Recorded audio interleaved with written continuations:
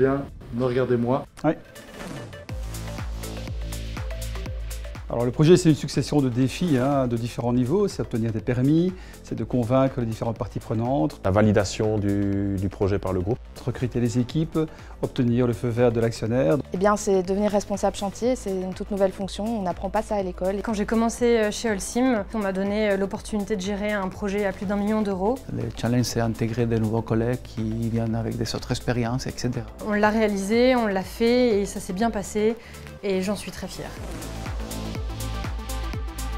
C'est toute l'énergie qui ressort justement de la naissance de l'équipe. L'émulation intellectuelle entre collègues. Trouver des solutions, trouver la meilleure, discuter avec les équipes. Rencontrer, débattre, discuter.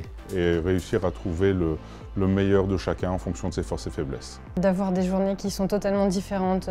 Pouvoir aller sur chantier et voir justement ce qu'on a étudié devenir réalité. Et surtout, l'objectif final, c'est ça qui motive le plus.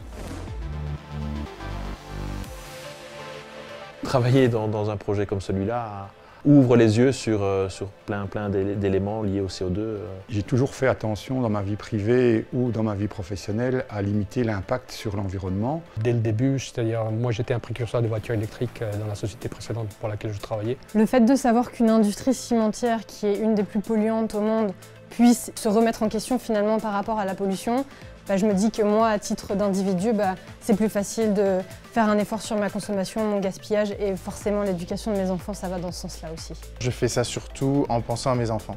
L'objectif, c'est de leur laisser une planète qui ne sera pas un dépotoir.